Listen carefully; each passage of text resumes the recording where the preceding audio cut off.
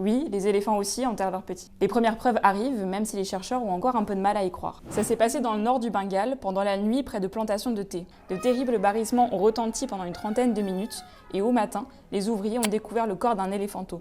Il était enterré, la tête en bas, dans un canal d'irrigation. Étrange, et pourtant, 5 autres cas ont été recensés en 2022 et 2023. À chaque fois, c'était des petits malades ou souffrant de malnutrition. Mais est-ce si étonnant ? Biologistes, évolutionnistes et éthologues se penchent actuellement sur la question. Mais il est très difficile de se mettre dans la tête de ces animaux hyper intelligents, sociables et empathiques. Même si les observations montrent que la mort d'un proche plonge tout le troupeau dans le désarroi. Les éléphants changent de posture, ils battent des oreilles, soulèvent leur queue, leur glande temporale commence à suinter.